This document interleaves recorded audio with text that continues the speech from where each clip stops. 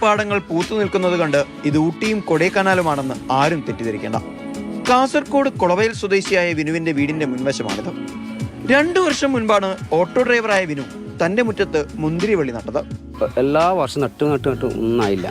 കഴിഞ്ഞ പ്രാവശ്യം അതിനെപ്പെട്ട പ്രാവശ്യം കാഞ്ഞങ്ങാട് ടൗണിൽ നിന്ന് വാങ്ങിയിട്ട് അതേ കൊണ്ടുവച്ചതാണ്. പക്ഷെ അവിടെ നിന്ന് രണ്ടാമത് നല്ല ഉഷാറായി തെളിർത്തു വന്നു.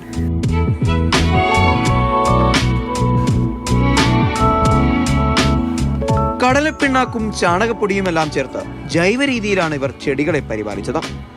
മുന്തിരിവള്ളികൾ പടർന്നതോടെ വീടിന്റെ മുറ്റത്ത് നല്ല തണലിടവും ഒരുങ്ങി.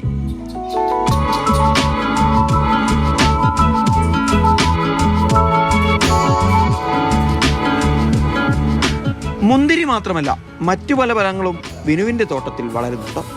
ഓറഞ്ചും സീതപ്പഴവും അനാറും പാഷൻ ഫ്രൂട്ടുമെല്ലാം ഈ കൃഷിയിടത്തെ ആകർഷകമാക്കുന്നു. അടുക്കളത്തോട്ടം പരിപാലിക്കാൻ വീട്ടുകാരെല്ലാം ഒരുപോലെ ഒത്തുകൂടും.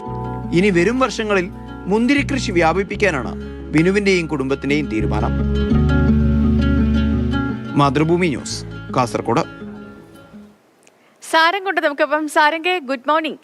ഈ കാഴ്ചകൾ, അതായത് നമ്മൾ തുടക്കത്തിൽ ഞാൻ പറഞ്ഞതുപോലെ നമുക്ക് മുന്തിരി തോട്ടം അല്ലെങ്കിൽ ആ ഒരു കാഴ്ചയൊക്കെ കാണണമെങ്കിൽ നമുക്ക് തേനിയിലോ കമ്പത്തോ അല്ലെങ്കിൽ ഈ കൊടൈക്കനാലോ അങ്ങനെ ആ ഭാഗങ്ങളിലേക്കൊക്കെ പോകണം. എങ്കിലേ നമുക്ക് ഈ നല്ല മനോഹരമായ കാഴ്ചകൾ കാണാനും അവിടെ നിന്ന് 2-3 ഫോട്ടോ എടുക്കാനും അതൊന്ന് ലൈവായിട്ട് മുന്തിരികൾ പറിച്ച് കഴിക്കാനും ഒക്കെ സാധിക്കുകയുള്ളൂ. അപ്പോൾ ഇതിപ്പോൾ നമ്മുടെ നാട്ടിലും സാധാരണ ഒരു പറച്ചിൽ, നമ്മുടെ നാട്ടിൽ ഈ മുന്തിരി ഒന്നും വളരത്തില്ല, ഫലങ്ങൾക്ക് അങ്ങനെ വളരാൻ പറ്റിയൊരു കാലാവസ്ഥയല്ല നമ്മുടെ നാട്ടിൽ എന്നാണ് പറയപ്പെടുന്നത്. പക്ഷെ അങ്ങനെയൊന്നുമല്ല.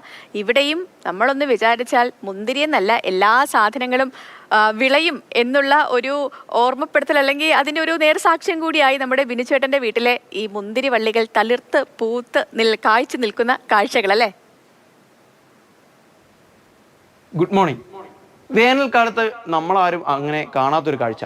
അതുമാത്രമല്ല, കാസർഗോഡ് പോലുള്ള ഈ സാഹചര്യത്തിൽ വലിയ ചൂടനുഭവപ്പെടുന്ന ഒരു നാട്ടിൽ അങ്ങനെ നമ്മൾ കാണാത്തൊരു കാഴ്ച. കാസർഗോഡ് ജില്ലയിലെ കാഞ്ഞങ്ങാടിനടുത്തുള്ള കൊളവയലിൽ വിനുചേട്ടൻ്റെ മുറ്റത്ത് ഒരു മുന്തിരി പന്തൽ ഒരുങ്ങിയിട്ടുണ്ട്. വളരെ രസകരമായ, നമ്മൾക്ക് നല്ലൊരു കണ്ണ് നിറച്ച് നമ്മൾ ആ മുന്തിരികൾ കാണുന്ന സമയത്ത്, മുന്തിരി കുലകൾ കാണുന്ന സമയത്ത് നമ്മൾക്കേറെ സന്തോഷം ലഭിക്കുന്ന ഒരു കാഴ്ച. അതുമാത്രമല്ല, ആ പന്തലിനടിയിലേക്ക് നമ്മൾ കയറി ചെല്ലുന്ന സമയത്ത് ഈ വേനലിനകത്ത് നമ്മൾക്ക് നല്ലൊരു തണൽ കിട്ടുന്നുണ്ട്. വളരെ നല്ലൊരു അനുഭവമാണ്.